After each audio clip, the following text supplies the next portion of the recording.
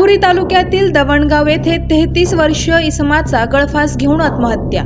राहुरी तालुक्यातील दवणगाव येथील गांधीवाडी परिसरामध्ये एका 33 वर्षीय इसमाने गळफास घेऊन आत्महत्या केल्याची धक्कादायक घटना आज सकाळी उघडकीस आली आहे।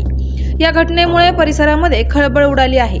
मिळालेल्या माहितीनुसार दवणगाव येथील प्रदीप कुंडलिक वाघ वय वर्ष 33 हे आज रोजी सकाळी बराच वेळ घराबाहेर न आल्याने घरातील लोकांना संशय आल्याने ते घरामध्ये गेले असता घरामध्ये गळफास घेतल्याचे निदर्शनास आले।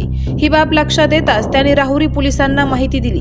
घटनेची माहिती मिळताच राहुरी पोलिसांनी घटनास्थळी धाव घेत पंचनामा केला।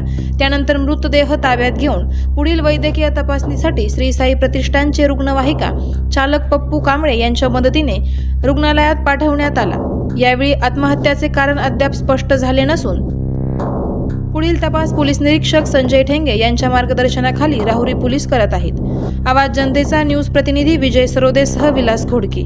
करायचा आहे लाईव्ह कार्यक्रम किंवा आहे कसले आंदोलन जनसामान्यपर्यंत पोहोचेल आपला हक्काचा आवाज, आवाज जनतेचा।